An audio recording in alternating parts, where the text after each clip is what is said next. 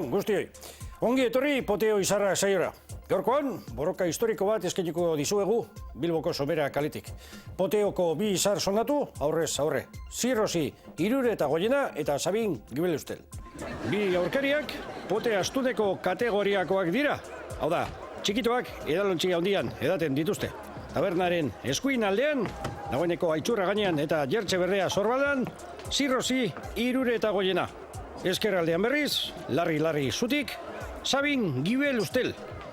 Badirudi, legatza etxetik ekarri duela, emazteak lagunduta. Pagatu dute lehenengo erronda eta propina utzi ere bai. Eta judu kanpaiak. Hasi da borroka, jaun Andreu.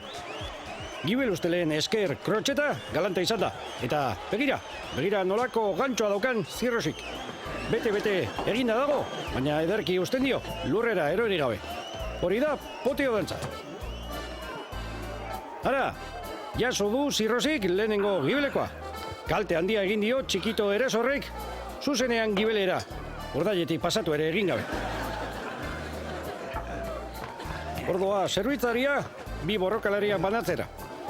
Bestela bilbaina da kantatzen hasiko dira eta akabo Poteoaren ikuskizun. Kontuz, lurrera erori da Gibelustel.